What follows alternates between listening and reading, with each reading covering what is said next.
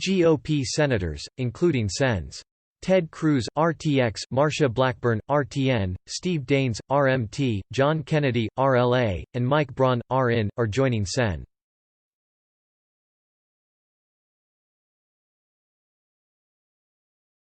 Josh Hawley (RMO) in objecting to Electoral College votes on January 6, they announced on Saturday in a joint statement alongside 4 senators-elect.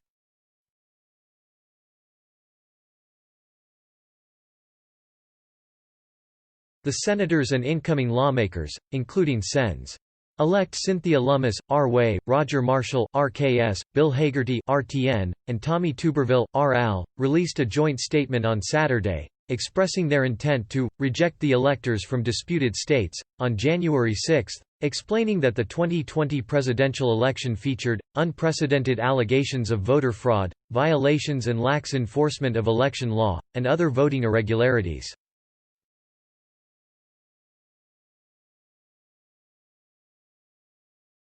And those allegations are not believed just by one individual candidate.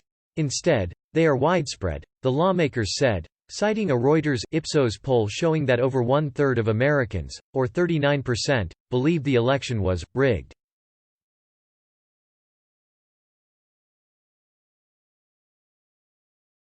That belief is held by Republicans 67%, Democrats 17%, and Independents 31%, the Republicans said, noting that some members of Congress disagree, as do many members of the media.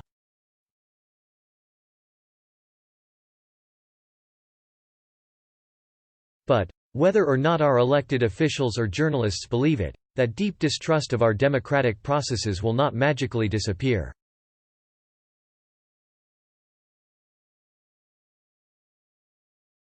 It should concern us all. And it poses an ongoing threat to the legitimacy of any subsequent administrations, they continued, explaining that, in an ideal world, the courts would have heard evidence and resolved these claims of serious election fraud.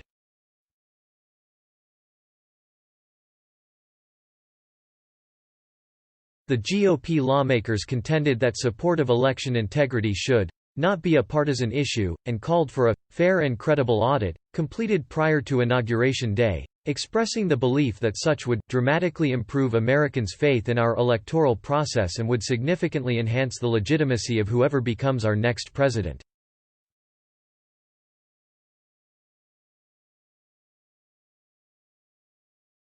At least 140 House Republicans are expected to object to an immediate certification of a Joe Biden victory, as Breitbart News detailed.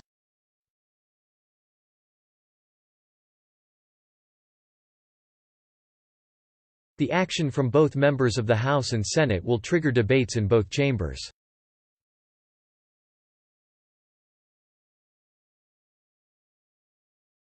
The new Congress will be sworn in on Sunday, 3 days prior to January 6.